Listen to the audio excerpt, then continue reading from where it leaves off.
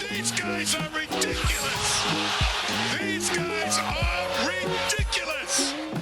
Now, how about them damn Celtics? And we are back with another episode of How About Them Celtics. Sam and I are here recording on Saturday, February 3rd. Sam is still in LA. I'm obviously still home, as you can see by the gorgeous background I have going on here. Sam was complaining about lamps before we started, and we're hanging out. How are you, Sam? How's LA? How's everything? It's colder than you'd think. It's like 40, Really?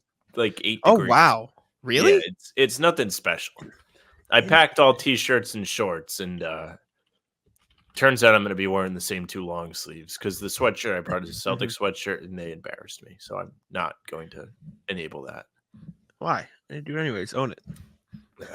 This is just not the place to be wearing it. I mean, Fair enough. the bed on Thursday. Can't. Yeah. I can't condone it. Fair enough. A reminder at the top of the episode to comment what's popping on the video. If you want a chance to win a $10 Incognito gift card, make sure to comment again what's popping on the video for a chance to win $10 gift card to Incognito. Get yourself some really cool, really good popcorn. So we'll start with that. But in reality, let's start with Marcus Smart's return to Boston. As you're listening to this, Marcus Smart will be at the Garden for the first time as an opponent tonight. 6 p.m. tip-off against the Grizzlies. Obviously, he's not playing because he is still injured. However, he will be there. Joe Mazzulla was asked about it at practice today. Said, I always said you don't replace a guy like him. You just find different ways to be able to do it. He will always be etched in the city of Boston because what he's done in the community, in community service, and what he's done here, which is helping represent and give. And I think he's one of the guys that started our defensive foundation before I got here because of his ability to compete at a high level, to defend at a high level, and to execute different coverages. Who he is off the court and kind of what he, brings from a mindset standpoint and a defensive intensity standpoint. It'll be good to see him tomorrow.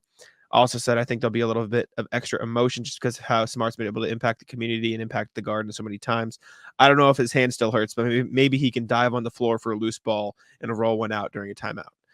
So some lots of love for Marcus Smart coming back to Boston. As it should be. One of the great Celtics we've had in recent memory. Sucks that they had to get rid of him the way they did. I didn't love it, but Porzingis has been great.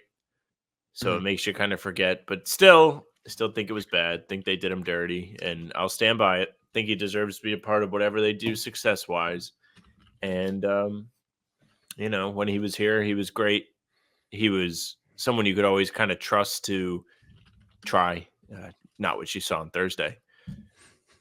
Would he have allowed that? Probably not. But it sucks that he's been injured. It sucks that Memphis has been a dumpster fire this year in the best possible way because, they've sucked, but they can bring just about everybody back next year and also maybe get a draft pick out of it and get better that way and set themselves up for the future with the CBA and everything. They'll have a cheap salary for someone that may be able to be a important piece. Not the worst thing ever.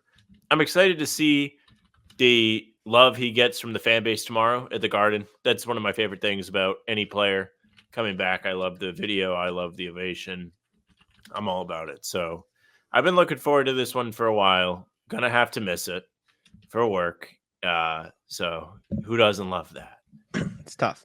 I'll Sucks probably he's not watch playing. replay or something. I wish he was playing. It does suck that he can't be out on the court competing. It would be fun, but it'll have to do, I suppose, on the bench. He did a honeydew ad today. He said, I'll be back home tomorrow. Make sure to get my honeydew. I saw Cam, a friend of the pod, came to Bat to Buy, tweet out, you can take Marcus Smart out of the Massachusetts, but you can't take the Massachusetts out of Marcus Smart. Honeydew, by the way, all due respect, Marcus Smart, honeydew kind of sucks. I'm not a big honeydew guy. Dunkin' far better. Honeydew has better donuts than Dunkin'. Really? Yes. I don't know if I believe I think it's a pretty big gap. Like when I get a donut from Honeydew, I actually feel like I'm getting something. Like everything at Dunkin' feels very light. Like it doesn't feel very I'm really enjoying this dessert I'm having. No.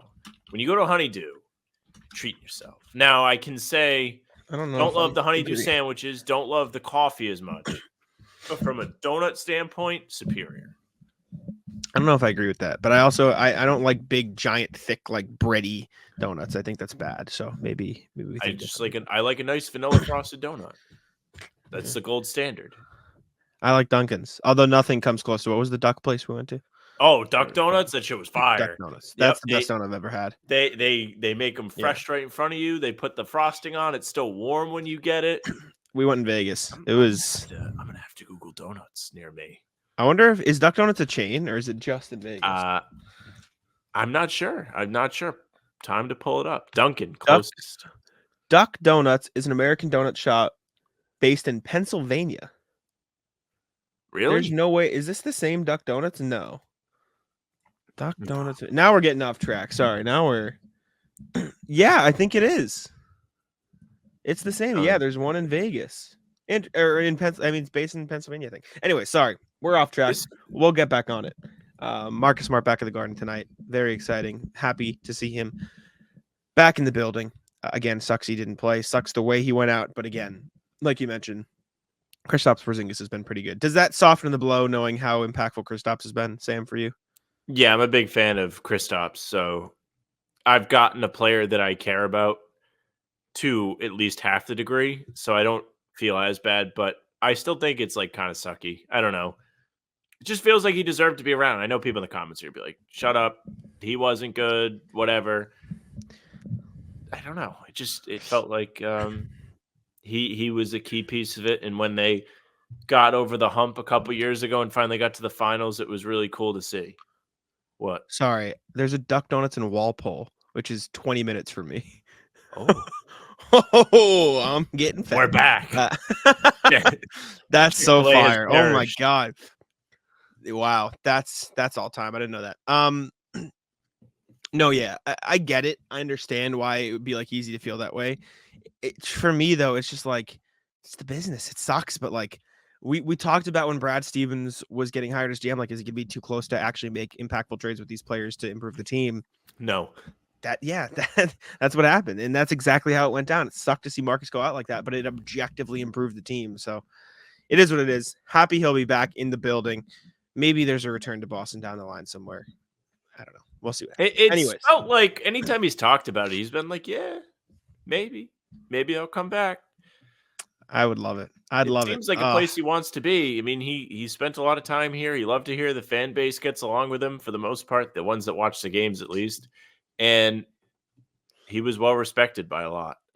You've heard some stuff come out since he left. It's like, like he was tough to deal with at some points. The steadfast, headstrong mentality was tough to coach, all that stuff. Like the fact that he would take over huddles sometimes was discussed before he was leaving. And there's probably more to it than we know. It is what it is. I think that's just his personality. I'd love to have him back, but exciting that he's going to be back, even though it's with the Grizzlies. But next thing we got, we talked about this briefly on Talking Z's, but we didn't get your thoughts on it, so I thought we'd bring it up. In a recent article written by Ramona Shelburne of ESPN, Jayson Tatum compared Kristaps Porzingis to Pau Gasol. He said, Kobe really needed Pau for those last two championships that they won together. Whatever path I'm on and we're on, KP really feels like the missing piece, which makes a lot of sense. KP also in the article said, I didn't know it was going to be smart in the trade, but seeing what they were going to give up for me, I realized, okay, they really wanted me. That means they expect a lot from me, so I have to show up. Interesting comparison. We talked about it. It does actually make a lot of sense. How the Lakers, got this for, overseas big man, brought him in, and he used the last piece, and it helped them get over the hump. I mean, hopefully the Celtics can repeat the success that those Lakers teams have. But thoughts on the comparison, Sam? I know this is I suppose, iffy time to be talking about Celtics-Lakers comparisons, but try to be as objective as you can. No, I mean, like, I can see it. It's just kind of strange to say, like, with the teams that they've had around him, like, if you want to look at the teams Kobe had, like after Shaq left, and the teams Tatum has played with, there is no comparison. The Celtics have had great supporting casts. I mean, even if you want to like say the Kyrie exit, right? Like Kyrie leaves, they bring in Kemba. Nobody thought that team was going to be great, but as the season went on, we all realized like they've got pretty good players that fit around this core. And they played really well in the playoffs. They got bounced by Miami. Kemba really wasn't the same after the All-Star break, but before then, they were really firing on all cylinders. The in-between year when Kemba was hurt and then they had no fans in the stands was a sucky one, but the finals year, they should have won. Like, you should have needed Kristaps to beat that Warriors team. You're about to beat him anyway, and then you guys shot a bunch of threes and missed. And as far as last year goes, they were the most talented team. They just weren't serious. I was actually thinking about that today. Oddly enough, I was I don't like, think they're the most talented team. I you guess can I don't say know. whatever you want. Denver would have been tough, but They would have been tough. I agree, yeah. but like going into the season last year, the Celtics were like title favorites. It was like they got Sure. Brogdon, they have a Yeah, bench sure. guy. Like all the talk was that they had boosted their roster. It's just hindsight, yeah, just the knowing how dominant that Nuggets team was. But Seeing, I was thinking about the end of the Sixers series today, and I was like thinking about how stressed I was before Game 7, and finally watching them stomp Philly. And then coming out against Miami and just making things hard on themselves all over again. I still can't believe that. Like, it was did you insane. not fucking learn? Like, you lost game 1 against Philly, and then you lose against Miami the first 2 games. Like, be serious. So, to answer the initial question, do I think Tatum saying Kristaps is Pau Gasol is I get it. inaccurate? No, because Porzingis rules, and he's added a new layer to this team, and they are different. They don't always use him right, though. Example, Thursday. He just sucked. Let's not blame that on the team not using him. He was terrible. It was both. It was both. I was thought he really was bad bad. too. But I mean, you can't compare the pre-Porzingis teams to the pre-Pau teams. Sure. That's for sure. If the Celtics last year in the Eastern Conference Finals met the Bucks instead of the Heat, do you think they win? It's a good question. I think so. I think I think they take it.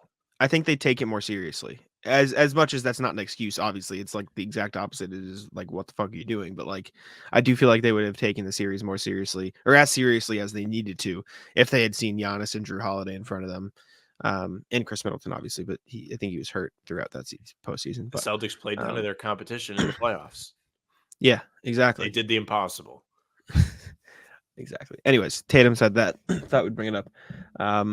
Next Celtics thing we got is Jaylen Brown is an all-star.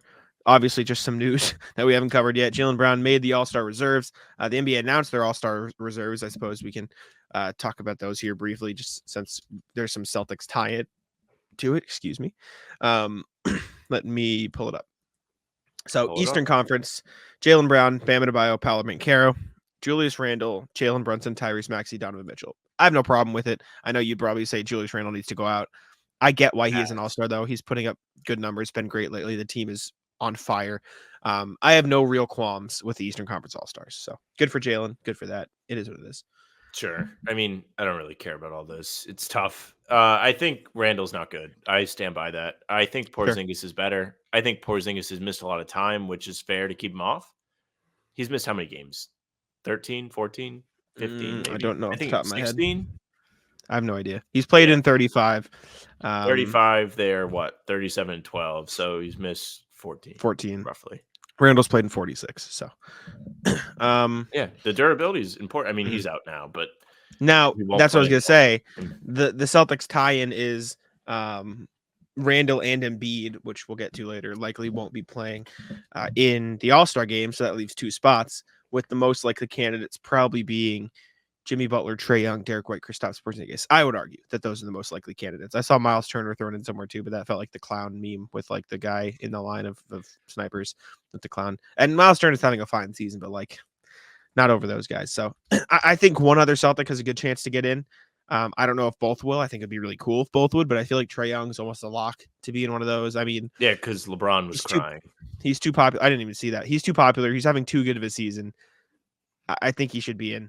And then one of the Celtics, I think, should probably get in too, unless they just put Jimmy in there. But I wouldn't complain either way. I think both of those guys, any of them could get in. I wouldn't complain. Jimmy's playing well. He's just one of the Celtics should be in. I agree. Your record is unbelievably good. I think it should be Derek White. Yeah, no shit. It's the most. I mean, I don't know. I don't really care. It doesn't matter. It would be cool to see one of them get in. It's cool. It would be cool for White. He's never done it, and I think he's been really important. And I think Porzingis has been really also really never great played in the All-Star game though. Also he's hurt. Played in it. Yeah, he got hurt. So. Yeah, I mean, I don't know. I think Porzingis has been super impactful, and he's changed the way they play. But that's not really why you vote for All-Stars. White is a big impact player too. So either way, it's a win for the Celtics if they get in. I agree. And then quickly, Western Conference All-Stars, Devin Booker, Stephen Curry, Anthony Davis, Anthony Edwards, Paul George, Kawhi Leonard, Karl Anthony Towns. Absolutely obscene that no Kings got in the All-Star game. That's ridiculous. That's I think the biggest issue with this entire list. 2 Suns and no King. Like I don't get it. 2 Clippers, no King. It's one of those like periods in the dumb. NBA where you have the older guys aging out and they might not be as good, and you have a younger generation of players that is good, and the guys are grandfathered in, and you're going to see snubs. Terrible. Devin Booker not making the All-Star game over De'Aaron Fox is ridiculous. That's ridiculous. Anyways, we can move on. Congrats to Jaylen Brown for making the team. The NFL season is wrapping up, and there's still time to get in on the action with FanDuel, America's #1 sportsbook. Right now, new customers get $150 in bonus bets, guaranteed when you place a $5 bet. That's $150 in bonus bets, win or lose. Now, the app is so easy to use, and there are so many different ways to bet, like live same-game parlays, find bets in the new Explore tab, make a parlay in the Parlay Hub, the best way to find popular parlays, and more. So visit FanDuel.com/Boston and make your first bet a layup. FanDuel, official partner of the NFL. Let's jump on over to the email, see what y'all have to say, what y'all been cooking up since the last time we recorded. I hope there's really angry emails. Before that, however, before we get to the anger, let's give away some Incognito popcorn. 4 entries today: Willow, Nature's Chosen, D-Trade, and Thomas Myers. Let's see who is going to be winning some popcorn. $10 gift card. I remind you again, comment what's popping if you'd like to pick. We have to win yourself a $10 gift card. It will be Willow today. 401. 401, Rhode Island. Maybe that's probably where they're from. Send us an email at hbtcpod@gmail.com. We'll get you hooked up with a $10 gift card to Incognito. Again, hbtcpod@gmail.com. We appreciate y'all for entering. And Willow, hit us up. Anyways, let's jump on over to the email. Let's go to RJ. What's poppin' an All-Star fix Scal would love? Morning, guys. Here's a lightweight idea. How to fix the All-Star game selection. First off, the fans can cast their vote for whoever they want to stuff the ballot box with fun. After the starters have been chosen, we get to the Scalabrini seal of approval. Pull a list of the top 100 players in minutes played for the season, and top 100 players, sorry. And this is the selection of players the coaches and media can select for the All-Star reserves. In case any team isn't represented, add in their top minutes played guy to the list.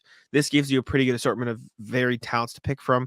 A smattering of this year's bench candidates would include Kobe White of the Bulls, Anthony Edwards of the T-Wolves, Paolo, Spencer Dinwiddie, Aaron Gordon, Tyus Jones, along with some nice rookie representation. Wemby, Chet, Jaime Jaquez, Bilal Coulibaly. Celtics extra players would be drawn from JB, Drew, and Derek White. Interestingly, 2 of the All-Star starters would not be included in the bench pull list as they don't make the minutes cut. You can probably figure out who they are. Who's it? Embiid and who's the other one? West. LeBron? No, LeBron's played in a good amount. No, LeBron and AD have been healthy. Is it Durant? Durant might have missed time. Probably KD. Yeah, probably. Or Luka. No, I think Luka's been playing. Maybe Luka. I don't know. We don't have to get caught up. We can't guess who they are. Yeah, I don't know. We're missing somebody in the East. Tatum, Giannis, Halliburton. Yeah, that's got to be it. Also, minutes top 100 will make some interesting chatter as folks look at how different players chart out in various categories. Celtics fans definitely want D White on the squad, but maybe Kobe White is case as a bench guy too. Just a thought. Be well, and the 2 All-Stars are short in minutes. Embiid and Halliburton. Yeah, we got there eventually. Be well, RJ. We appreciate you. I was talking about Kobe White on Talking C's as an All-Star guy, or not an actual All-Star guy, but as one of those guys people should be saying, wow, he really had a shot this year, which isn't saying much, but just a testament to he's been really good. That's all I'm saying. But anyways, next Why email. do people say that shit? Just he's been he really had a shot this year. No, he didn't. He didn't have a shot. I just wanted to shout him out for being good. He's having a really good season, and if the Bulls were better, he would have a real chance at the All-Star team. Maybe. What's poppin'? Lobster Lads, Boyle, Raptors 905. Hey guys, nothing too serious here. Just 6.5 minutes of the Celtics destroying Raptors 905 by a margin of 146-95. Great footage of Walsh, Davison, Peterson, and other lobstermen showing off the NBA-ready skills. Here's the box score. Something to think about as we near the trade deadline. We're not going to watch it just because last time we watched something copywritten, we got struck and I had to re-edit the video. When we watched the Premier League highlights, it got blocked completely, not monetization blocked. Like the video could not be posted, so I had to re-edit the whole thing. Oh my God. Which was very annoying. For like 3 minutes, I just had to put a giant screen over it. But we can We can check out the box score. Here we go. Big league team. Take note. This is how you stomp a team. 136.95. Walsh had 17, 10, and 4. Peterson had 13, 6, and 11 assists. And then J.D. Davison, 22 and 10 assists as well. Good. Jordan Bowden had 17 points off the bench on 5 of 6 from 3. Sam Hauser. Who is this guy? Jordan Bowden, a 6'5" guard. He's fine. I was hoping he'd be a tall guy, but fortunately not. And then the Raptors 905 got absolutely stomped. Kira Lewis. Yeah, I forgot he was there now. Javon Freeman Liberty. I have a quiz for you. Do you recognize this name, Kevin O'Banner? No. I recognize some other names, but not him. I only know Kevin O'Banner because he was on. Do you remember Oral Roberts when they went on a run in the tournament a few years ago? This is the guy. He was on this team. Yeah, Oral Roberts. That's the only reason I know Kevin O'Banner. It's cool to see him in the league now. He transferred to Texas Tech, excuse me, after the year. But shout out Kevin O'Banner. He's a bucket. Anyways, back to the email. Got sidetracked. What's poppin'? January fines. Afternoon, guys. Writing this a few minutes before the Celtics host the worst team, LA team tonight. Yikes. I checked Spot Trek out of curiosity for flopping fines assessed in January. RJ Barrett, Kyle Anderson, and LaMelo Ball were rung up for extracurricular activities. The same number of people were docked for criticizing refs in the month. I'm sure there's a takeaway, but I don't know what it is. Be well, RJ. The NBA decided the flopping stuff doesn't work. Yeah, it's weird. I don't know. And guys have been vociferously crying about the refs, so it's not surprising. Like, the ref crying is at an all-time high. This is true. It really is. It really is. All right. Just universal crying, like, all the way up. Yeah, that's what's happening. Anyways, Philip, 2 emails in a row. Pace. Okay, let me clear my throat before we read this. All right, we got an essay from Philip Hart. Happy birthday. Hi, fellas. It's a great year and a subscriber to your pod. Many thanks. I enjoyed having. What day was this? 2 days. We haven't had any email past the Lakers game. Everyone is too mad. He didn't know. This is like a great day to be a Celtics fan. Moments before disaster. I enjoyed having your thoughts on pace. Last time I sent an email, can I trouble you both to do it again? Faster pace equals good. At least you can see the league as a whole thinking of this in recent years. I'm trying to get on board with this mentality, but I continue to see numbers that fly in the face of this, like my last pace analysis that showed me play. We play slower in wins versus losses. Today, I wanted to look at how our starters versus our bench players arrive in their pace scores. In particular, I wanted to highlight that fast offense is not the only way to have fast pace. You can also achieve fast pace through defense that speeds up or turns over the opposing team. Remember, pace is just a score of the number of possessions per 48 minutes. It's not a score of how quick we operate on offense. As a whole, our team is 18th in pace and number 1 in net rating by a long shot. However, when you look at the starters versus bench players, you see different pictures of pace, offense, and defense fit together. Starters pace is 28, bench is 16. Offensive rating, starters number 2, bench 12. Defensive rating, starters 25, bench 7th. Net rating, starters 1, bench 1. Both the starters and the bench have the number 1 rating in their category, but you can see they do it in 2 different ways. I think it's no coincidence that our starters have both a poor defensive rating and a slow pace. Many other players have suggested our starters play offense too slowly, but it seems to me that their defense is simply not creating additional possessions, which keeps the pace stat down. This is supported by the fact that we were 29 in forced turnovers. It might also be that offensively, the starters are taking more time to hunting mismatches, but given their number 2 offensive rating, I do not think it makes sense to tell the starters to speed up offensively. They're doing a great job as they play now. I would rather emphasize that they create more turnovers. Our bench players, on the other hand, have a better defensive rating and a worse offensive rating, but somehow a faster pace. This also supports the idea that defense has an important relationship with pace, where good defense leads to more possessions, i.e. faster pace. Unlike the starters, though, who have the number 2 offensive rating, the bench offensive rating is very mid. In this case, there seems to be a reason to encourage the bench to speed up. In sum, as we discuss pace in the NBA, we should not focus solely on pace, but rather include consideration for how defense fits into the equation as well. As always, your thoughts are appreciated. And then the follow-up email, just so I can get it all off the chest. One additional stat, Celtics have the 14th fastest time per possession because both our starters and bench have a slower ranked pace. This suggests our defense is holding back our pace, especially with the starters. Okay, got through it all. I think pace is an overrated stat. I think defense is a very important thing. I agree. I think pace is, like you said, it's so associated with transition, run, get the ball, go, go, go. I think pace, in the sense that you're describing it, is most possessions possible, and that is exactly what Joe Mazzulla wants. He wants the Celtics to get the ball and shoot the ball as much as they can while also having an effective offense. And I think they've done a good job. I mean, this is a tough time to be talking about it because they sucked against the Lakers, but outside of that one game, they have done a very good job of doing it this season. I think defensively, to be honest, I think they're trying so many things defensively that their defense gets scrambled at times. And so it's not as good as it could be when they're all locked in, but you've seen them lock in for stretches where they completely shut down other teams. It's just a matter of doing that on a consistent basis. And like you said, the turnovers thing, like do that a little more than pace will be better, et cetera, et cetera. And I think another part of that we've seen in recent weeks is just because they get a block doesn't mean they get the possession because offensive rebounds are a thing. So I think pace as a whole is overrated. I think you should play to the strengths of your team. And I think the Celtics are very good at hunting mismatches. And while turnovers would help the pace, I don't know if there's a stat for it. I would hazard a guess the Celtics are towards the top of the league in 24-second violations force this year. They are very good at locking in for long stretches, regardless of if they turn the other team over. But I don't know. I'm not a big pace equals wins guys because you see teams that have crazy pace like the Pacers, and they're like a fine team, but they're nowhere close to a title contender. So I think it's more about personnel than pace. Well, yeah, I think pace has a lot to do with like, do we need to outrun the other team to actually score? And if the answer is yes, you might be bad. So any team that relies on pace does have that like half court weakness. I am pro getting out and run. Make no mistake. I think it rules. It's fun to watch and it keeps defenses on their toes. But at the same time, if you're always out in transition, as dumb as it may sound, you're not making the opposing team buckle down and actually have to stop you.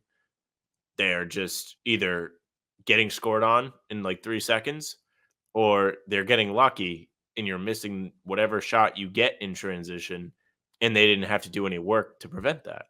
So you're not going to tire them out as much, and that may lead to you playing worse defense because they have more energy for the offensive end.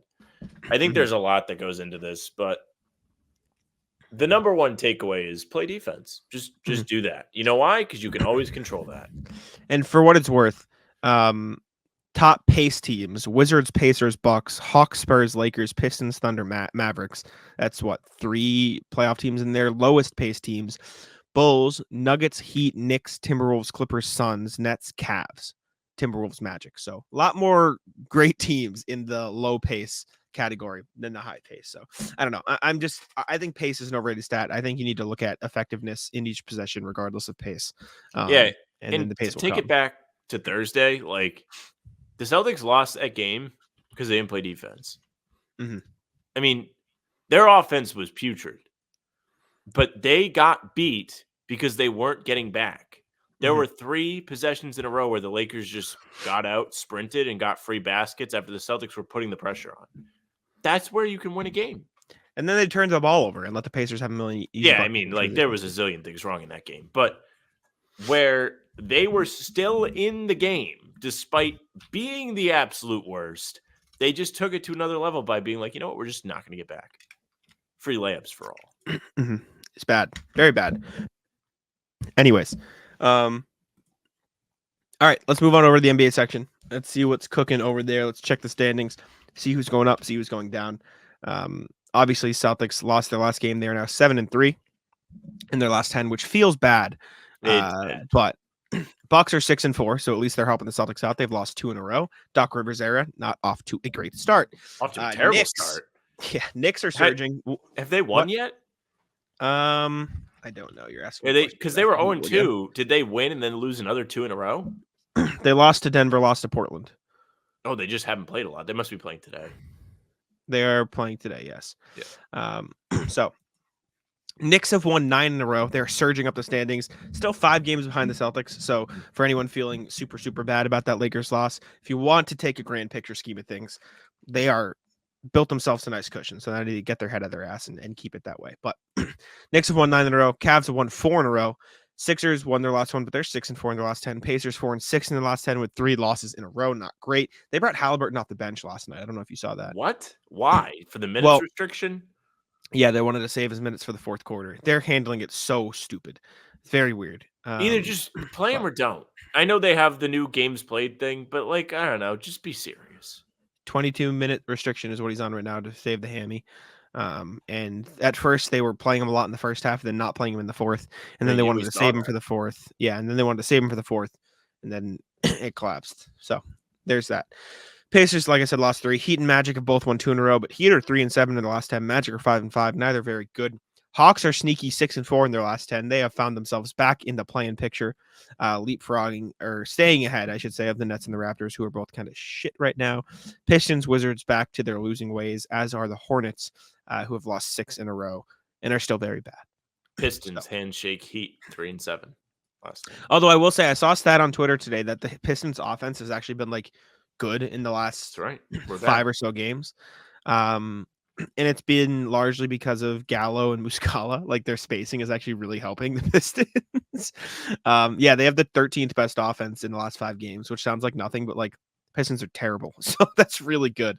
Well, I remember when they came to town to play the Celtics, like one of the big things that we noticed was they were dead last in 3-point shooting. Like they just didn't make threes. So bad. Bringing those guys can absolutely open things up. Like Cade played really well when they were on that big time losing streak. Mm-hmm. He had a massive game against Brooklyn. He had like 45 points. And then he played well against the Celtics too. He was carrying them. If he had anybody that could make a jump shot, they would be okay. Mm-hmm. In his 2 games in Detroit, Gallo's put up 20 and 11. And so shooting well from 3, had 4-4 in his in his first game. Muscala also playing some minutes for them. Interesting to see what happens when you put some spacing around them. Out west, watch out. Thunder won 2 in a row, tied with the Timberwolves atop the West. Thunder are 7-3, Timberwolves are 6-4. Clippers still surging, 8-2, won 2 in a row. Nuggets also there, won 1 in a row. Thunder, Timberwolves, Clippers, Nuggets have separated themselves from the rest of the West. Kings 5-5 in their last 10, but they just won the game. Suns just lost, but they're still 7-3. And then the rest of the West is incredibly mid. Lakers just won a game, obviously, unfortunately. They're 6-4, which is good for them, which you can say what you want. Jazz have now lost 3 in a row. Grizzlies have lost 4 in a row. And the Spurs at the bottom have lost 3 in a row. But I will say the Spurs have been very competitive lately. So it's a little bit of a turnaround, but they're still not winning many games because they're bad. But this is how you kind of expected the Spurs to play at the start of the season. Competitive in some, winning 1 every 4 games or so. But they were so bad at the start of the year that they are fully last in the West. But yeah. Any thoughts on the West, or are we good to cook? Well, Warriors still ass. Lakers are playing the Knicks today, so they could, either break that win streak or, drop back to 500 or below. What would you be more happy with? I was thinking about that today. I really don't know. Interesting. I can't. I have to reference the hater power rankings, and the Lakers will forever be at the top. Even right now? Yeah, top. Okay. Lakers always at the top. Fuck the Lakers. Fuck LeBron. So if the Lakers needed to win for the Celtics to get home court advantage at the last game of the season. No, the Celtics are always first. Like Celtics. So if the Lakers win benefits the Celtics, yes, you root for the Lakers. So if it benefits the Celtics tonight because it pushes the Knicks back, but not enough for it to overwhelm the Lakers. The Knicks are 5 games back. Be serious. Okay. All right. Next piece of NBA news. Joel Embiid out for a long time. Unsure of the timing, but Shams tweeting about his injury. 76er star Joel Embiid, the reigning MVP, was diagnosed with a displaced flap of the meniscus in his knee and is considering surgery. 2 sources briefed on his prognosis told The Athletic. A displaced flap is considered to be a type of tear of the meniscus, according to orthopedic knee specialists. Embiid, his doctors, and the Sixers are continuing to discuss whether the best course of action is to rest and rehab the injury or to undergo a procedure that would require him to miss extended time. Now, additional information on this. This is from Brian Sutterer, who is a sports medicine doctor who, talks about the NBA and injuries and stuff. He said, "This is a terrible way to describe the injury to the public and doesn't help clarify anything. A displaced flap is a tear, not an injury. The meniscus is torn." 1. 2. Wait, hold on. Didn't Shams say it was a version of a meniscus tear? He said 2 sources displaced flaps can be considered to be a type of tear. Yeah, sure. So he did say it. 2, if you tell a sports doctor someone has a quote displaced flap, those words are often used to describe something that needs surgery. 3, if rest rehab is still an option, then they aren't really communicating this in a good way. So it sounds like the Sixers if the Sixers are real about, rest rehab is an option, it's probably not as bad as the injury they described. So it's weird in that sense, I believe. But I looked, and if this is the injury and decides for the surgery, it's probably going to be like 2 to 6 months. I saw 3 to 5. I saw 3 to 6. I saw 2 to 5. So unsure, but months, not weeks, which is bad for the Sixers, obviously. And this probably takes the MVP discussion out of the question, which is great for my Shai Gilgeous-Alexander future. But that is good.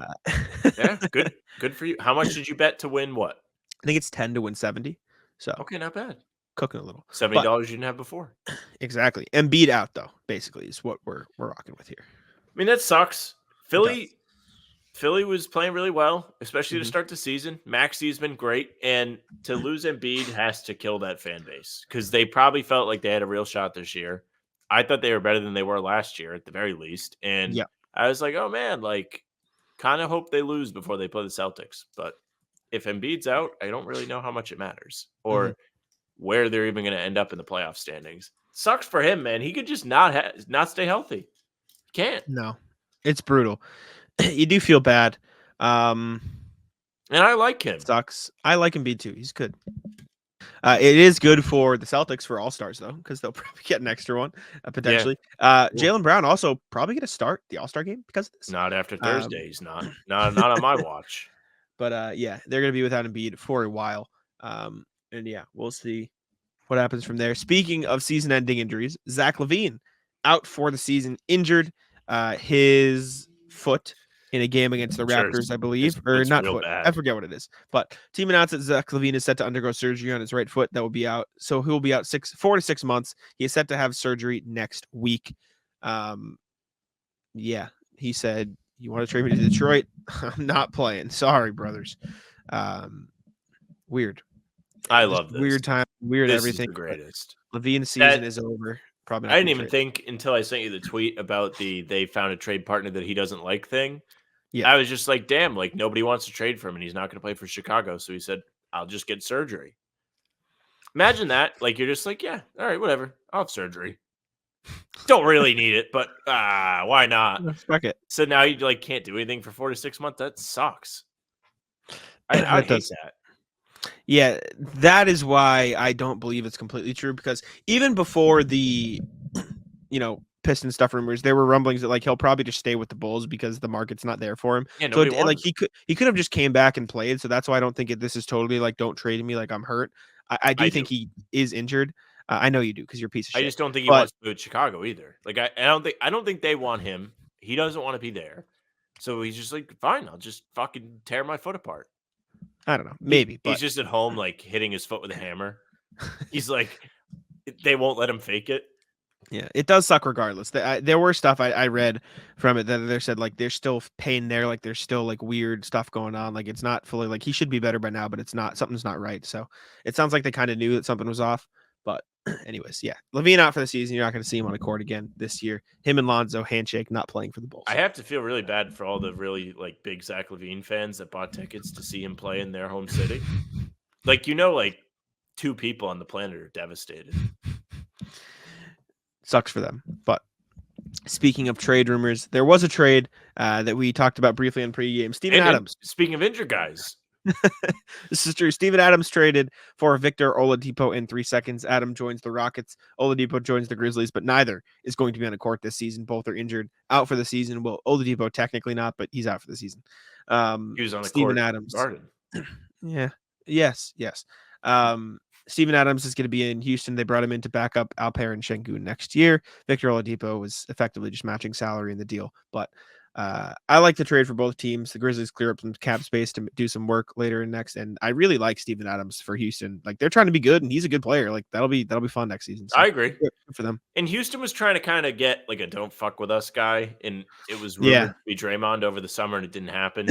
So now they've got Steven Adams, who is a great enforcer for a young team. And he's also been like a pretty good leader. From what I understand, like you hear all these stories about him in Memphis, and like he was like, Ja, quit fucking around. And that worked really well. And, he's been somebody that those younger players have been able to look up to. And Houston has a group of young players. Jalen Green, Şengün, Jabari Smith, Cam Whitmore, Thompson. They've got a really good, like, like group of young guys that they could build around. And if they have somebody to kind of keep them in check, they could end up being a problem in the West. Like Ime's there to keep them in check. Now you have a player to do it too. Pretty good for the Rockets. I will say it is funny that they went from targeting Draymond Green, who's been suspended a million times, in terms of an enforcer, to perhaps the nicest enforcer there ever has been in the NBA. But he's an Steven Adams, enforcer. I'm not disagreeing No with you. He's dispute, just like the kindest enforcer ever. Like he'll catch players as they're falling out of the air. He'll stop fights with a blank face. He'll just be there like, oh no, come on, man, don't do that. Like let's hang out. Like let's have a good time here. Let's not do anything. But motherfucker is huge. he might be the strongest guy in the league. Where did Steven Adams go to college, Sam? Pitt. Yes, sir. Pitt. Shut up, Pitt. Fuck Pitt. Next thing. I bet on them in the football season. They would always lose. Well, yeah, because they're ass. Why would you bet but like on Pitt? you don't bet like them to win. You bet them to cover. They're bad. And the spreads were not favoring the other team.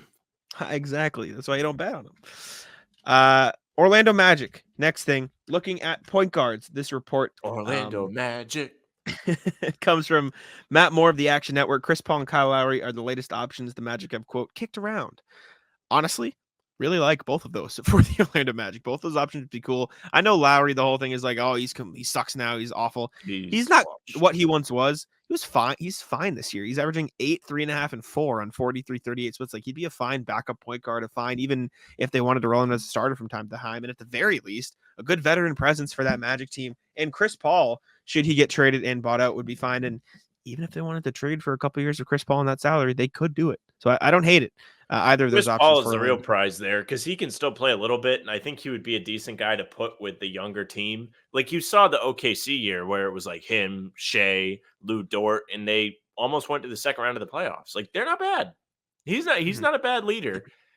He's like kind of a rat, but still, like he would probably be good for the Magic team. Like, don't like guys coming to the East, but from a neutral perspective, and I kind of like the Magic, even though they've given the Celtics a hard time.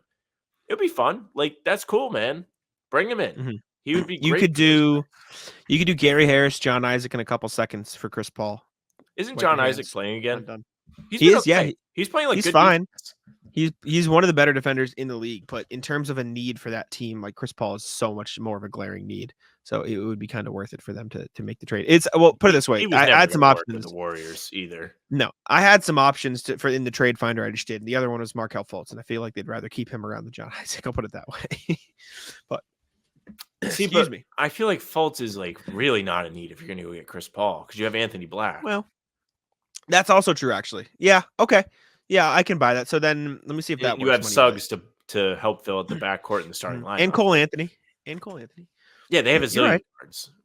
They got some guys. So yeah, if you do Harris, Markelle Fultz, and Chuma Okeke, throw them in their match salary. Actually, see, it gets tough there though because the Warriors are so restricted cap wise. No, you could do Fultz and Gary Harrison work. Anyways, we're getting into the weeds. That doesn't actually matter. Next NBA thing. The Nets. I put this on here because I think this is the most insane shit I've ever read. I haven't read it, so I'm going to react. These are reports. They're not confirmed, but if they are true, then the Nets are a terribly run organization. Brian Lewis of the New York Post. A source told the Post that the Nets rejected an offer of 2 first-round picks for Dorian Finney-Smith, reportedly coveted by not just the Lakers, but also the Mavs, Bucks, Thunder, Suns, and Kings. O'Neal could only fetch a first-round pick and has also been linked to the Mavs, Nuggets, Pacers, Bucks, Timberwolves, Suns, and Kings. Second one, from Matt Moore of the Action Network. 2 league sources said the Nets have claimed multiple offers of 5 first-round picks for Mikal Bridges, but I'm pretty skeptical on that front. One, it might be 5 firsts with swaps or heavily protected picks. And if the offer was really 5 firsts, why share that and then continue to say that they are not interested in trading Mikal Bridges? If they could have traded Mikal Bridges, Dorian Finney-Smith, and Royce O'Neal for the equivalent of 8 first-round picks and they didn't, morons. Terrible, horrendous, unacceptable to run your organization. And I know you're going to say Mikal Bridges is a damn good player. Like you shouldn't trade him. 5 first-round picks, even if there was 2 swaps in there or something. He's 26. He's not some 21-year-old star you can build around in the future. They are not good. They are a bad basketball team. And as much as free agents could come to Brooklyn, you're telling me they're going to put a title team around Mikal Bridges in the next 5 years with the Celtics, Bucks, Heat, and Knicks and all these teams in the East? Fuck no. 5 first-round picks, you decline that from Mikal Bridges, the owner should fire the GM. That's terrible. The weird part about this, and I agree with you, like I don't think the Nets have a path to I also don't think it's success. true. No shot they got a 5 first round Okay. after. Anyways, sorry. I don't think they have a path to success like right in front of them right now. They also don't have their own draft pick. So I feel like there's like a sense of pride where they just don't want to give Phoenix or whatever Houston uh like the satisfaction of beating them and getting that free guy from the draft just because It'd they be made a trade Houston. years ago. Yeah, Yeah, it'd be like Houston. there's definitely like a level of spite to that where they're like, no, we want to compete. We want to make that like pick not valuable. We want to have won the trade, blah, blah, blah. But at the same time, there is no path. You might as well just suck and see what you can get back. That way you can recover, Yeah. even though they have, because they got picks for Durant, they got picks for Kyrie, and they've got an okay amount of assets. But if you did that, you could get a lot, and you could use them to bring in players that you actually want or you think You know, could help you win. You know what this is like? I've been playing some FIFA manager career. I don't know if you've played that at all. Oh, I played This that is like- ton when I was younger. Yeah. Which is a weird When game. you're like in League 2, right? You take a League 2 Prem team and you try to build it to the top, right? You try Which to is go fun. up, up, up. You find a free agent that's like a 78 overall. You're like, oh, this guy's sick. He's 25. He's gonna be good. You're never gonna be in the Premier League with that guy. He's never gonna be on your team in the Prem. You sell him for $10 million, and you can get a bunch of other good guys to help you be better. That's what the Nets need to do. They're in League 1 right now. They're not in the Premier League, right? If you have a star, all-star caliber guy, and you can sell him for something that would help you build the franchise sooner, you do it. And I know it sucks, and I know you don't want to sell low on Mikal Bridges, but if there is even a whiff of 5 first-round picks for him, you have to. 5? Are you kidding? Are you 5? Yeah, it's And- just and- not doing and- anything for you to keep him around. Exactly. To What are put you it getting out of that? You're not in the playoffs as it is. exactly to make it clear, it's weird. It's a weird dichotomy because I do think it would be worth it for some teams to give up for 5 first-round picks for Mikal Bridges because they could be in a position to compete. Like you look at the Knicks, if the Knicks had matching salary and 5 first-round picks for Mikal Bridges, they'd be nasty. They'd be a title contender with Mikal Bridges on that team, right? You look at the Pelicans, who the report in here 5 first-round picks, which I think they do have. They'd be nasty. He'd be a Send him to perfect the pick. You give up 5 first-round Yeah. picks, right? Like I think it'd be worth it for some teams to give up those picks, but I also think it'd be worth it for the Nets to take those picks and rock and then go from there because you don't have to even completely bottom out. You get the picks and a couple okay players, just like a little bit younger, like 23, 24, and the picks. 5? Are you kidding? And also, if they got an offer for 2 firsts, 2 unprotected firsts for Dorian Finney-Smith, fuck off. Take 2? Really? Take the trade. He's not doing anything for you. He's a fine player. He is a role player at best. 2 first-round picks, take it. Yes. Give me the 2 first-round picks. I would just not Kind- want to be in charge of the Nets. Yeah. Ever. Very weird spot. And obviously it's weird because it depends on if the 2 first-round picks are protected. Is it a 30th overall pick, etc.? But like 2 firsts for Dorian Finney-Smith is a good deal. Anyways, last thing, speaking of 2 firsts, Alex Caruso is probably going to be one of the hottest names on the trade rumor, even though the Bulls don't want to trade him. Bulls have rendered him effectively untouchable in trades. They said we want to keep him, we want to compete for the play-in. Also brain dead, although he will be an expiring next year, although he's probably most valuable ever right now. From Zach Lowe of ESPN, quote, "It wouldn't shock me if the Bulls ended up with 2 protected first-round picks if they ginned up a trade war for Caruso. I just keep hearing from teams all over the league, quote, everyone wants Caruso. So many teams want to engage the Bulls on Caruso. They keep telling me that the Bulls aren't trading Caruso. They want to stay in the play-in race. They want to stay where they are. They're telling us that they don't want to trade Caruso. Quote, they want to stay what they are. Every fan in Chicago should be in the streets rioting. Are you fucking kidding me? You want to stay where you are? You guys suck. That's a terrible mindset to want to be in the play-in race. And I understand it's good for some franchises. You're the fucking Chicago Bulls. Be better." Well, the best part of this is coming to the season. We were talking about like what team would you not want to be a fan of? And Bulls. the consensus answer was the Bulls. The Bulls. Bulls are like, we want to be right where we're at. Horrible. If You you have, can get you have a shitty group of star players. So bad that you literally can't trade LaVine. Like nobody wants him, so he's gonna get foot surgery. DeRozan will probably get traded if they really want to get rid of him, which it doesn't sound like they do. so stupid. And then they're gonna keep Caruso, who is going to be far more valuable to them in the same sense that Bridges will be more valuable to the Nets if they get rid of him, because they're not doing anything with him on the team. Like, yes, I think Caruso's a winning player, and I think if you had all your guys healthy in Chicago, you could be competitive, but Lonzo's not playing. LaVine is not Neither is playing. LaVine. Yeah, trade Caruso, free him, and get Hell, 2 first-round picks. Trade Vucevic. Yes, trade DeRozan, trade anybody useful, trade build around everybody. Kobe White. So stupid, man. All right, You know who would be great for Vucevic is OKC, but I don't know if they have the money to take him back. Davis Bertans. Yes, they do. They do. Yes, they do. Okay, so you can do whatever the hell they want. I Vooch also back like to the Orlando. unironically, yes, I think that'd be very good. I also think he would be good in Golden State. Give him some size, give him some scoring. Would be pretty cool there. Yeah. Let's jump on over to the rat list here. Would you like to kick us off, or do you want me to start? I'll kick us off. Why not? All right. Rat list is traffic. LA has really bad traffic. I know everybody talks about it. Worse than New England? Yeah. Despite the Washington Bridge Wow. being a complete shit show, which is my favorite thing of all time. Yep. It's so bad. Like, imagine living here and everything is pretty close, but it still takes you an hour to get wherever you're trying to go. And their metro system isn't very good. Like, you can talk about New York and like, oh, it's terrible to drive through the tunnel and you can't drive in the streets and everything. New York has a great subway system. They also have like all of their streets are one ways. So it's kind of like at least streamlined to where everybody's kind of doing the same thing. And there's not as much stopping and confusion. This person has to turn across and all of this. Like, it's pretty streamlined. Like, they did a good job building their city. LA is a fine city. And when you look out my window, you can see like all of it. The funny thing about LA is it's definitely similar to New York in the sense there's so many different areas, but like they just have suburbs in the middle of their city where you can like kind of go and it's like, oh wow, like I'm downtown somewhere else. It's like a bunch of mini cities in one, if that makes sense. Yeah. Like I'm downtown, I know what but you mean. it is so dead. Like I did not actually like the Emmys are here tomorrow Mhm. and they're at Staples or Crypto. And I'm Oh, so like right right across? across the street. Yeah. That is sick. So just to be all celebrities near me tomorrow. That is Should I very just cool. like go and be like, hey, what do you think of the Celtics? Yeah, go Am I ask him. getting Get a video for murdered you. How by about them somebody's seized? bouncers? Wait, no, the Emmys are Oh, the 15th. also Wait, what is tomorrow? something's tomorrow because Maybe they it's the have Gram- all the streets closed off. What did I said? The It's the Grammys. Grammys. The Grammys. It is the Grammy. Dude, I'm an idiot. go say hi to Noah Khan for me. I love him. Please. Yeah, I just get notifications. It's like Jack Simone retweeted Noah Khan. The people that I follow you are love like, him. why the fuck do I care about this? I like I the love NBA. him. I love him. They get all the Noah Khan news. They'll have to deal with it. I also saw Richard Jefferson. I'm pretty sure. Yeah. The airport, and he had a hat and sunglasses on, so I wasn't gonna like guess wrong that it was Richard Jefferson. Yeah. But it was definitely Richard Jefferson. You should have got him on the pod.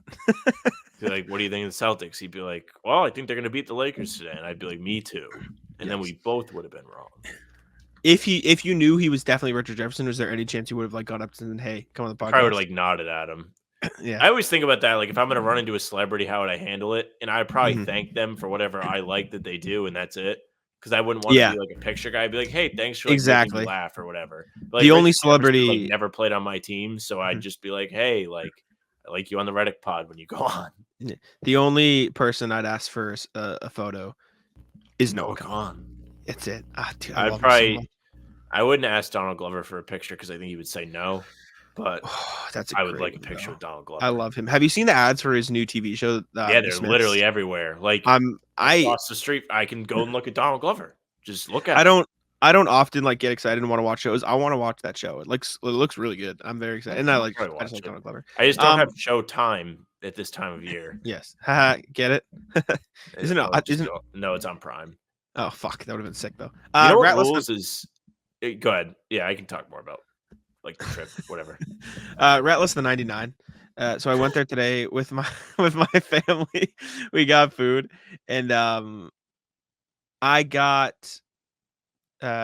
short ribs, which are very good. My mom got haddock and I wanted to try the fish. And I was like, okay. And she cut me off a piece, gave it to me, and there was a bone in my piece. Oh, And no. it ruined my appetite for the rest of the dinner. I was struggling. I was like, this is gross. I want to throw up. This is terrible. And it just fucking absolutely ruined the You don't rest like of my deep meal. bones? What is wrong Sometimes with like a nice bone in your mouth is okay. you're okay? Yeah. Okay, buddy. Also, I'm gonna remove the rat for this. I got to do it to him.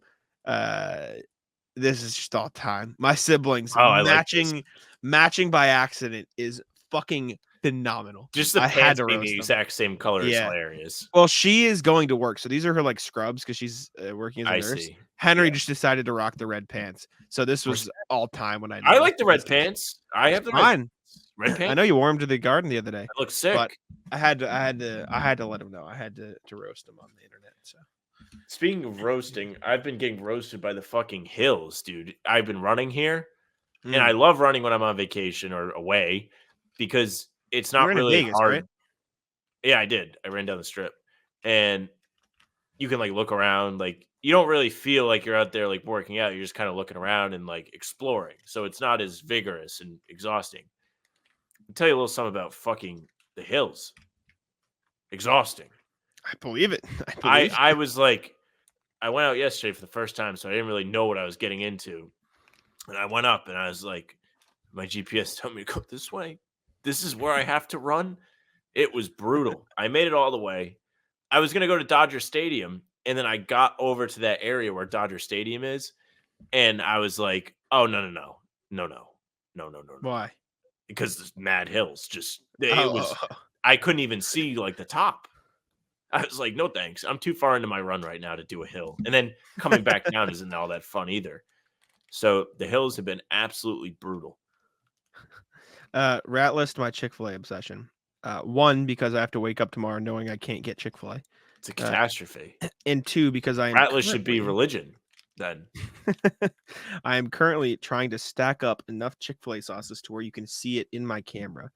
To where the camera can pick up the Chick-fil-A sauces. And I think I'm almost there. So if you're watching on YouTube, I'm not almost there. However, I do have a very large stack of Chick-fil-A sauces in my hands. We'll just let those rock over there. But real rat list is me.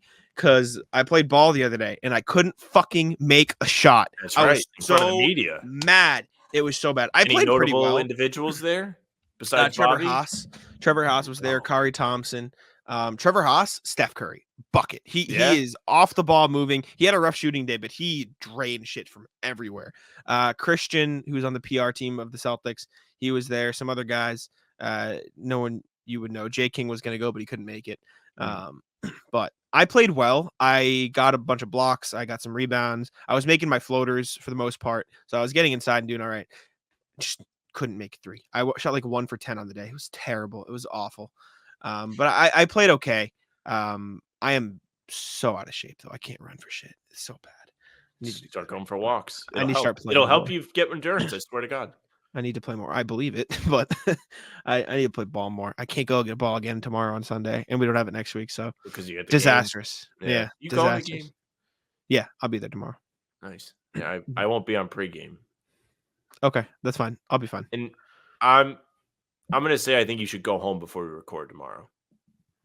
Well, it's late for you. I guess it'll be less late for you because you're there. Well, I'm not gonna be probably out until 9. So that's midnight my time. No, 9 your time. 9 my time. Okay. So I'm like trying. So do you want me to? We're just games. planning our thing on the pod, which is fine. You guys get to listen to how we work. Do you want me to do pressers and leave right after pressers, or like work a little bit then go home? You do what you want. Okay, so it doesn't matter. Just go home and then you can work at home until I'm ready. Okay, that's fine. I just sometimes I sit with like Bobby and Corrales and them, but we'll figure it out tomorrow. That's fine. Yeah. Okay. That was my rat list. Would you like to go? Do you have anything else? Yeah, rallies my legs. I get somewhere. Sunburn? No, not sunburn. Like my muscles are too tired, I think. Oh. I thought you said sunburn. Those are ratless children. Children on the plane. Not pleasant. Sure. Okay. That's a little bit more context. I was at security and there was this family and they're in front of me. And I said I would bet my life that they're on my flight. And you bet your ass they come strolling down the aisle. Yeah. Were they loud on the plane? Is that the problem? Kids were screaming. AirPods, pretty good though. Respect. That's why I like these. These headphones are watched Dumb Money on the plane. I've been waiting to watch it for quite a while. Dumb Money.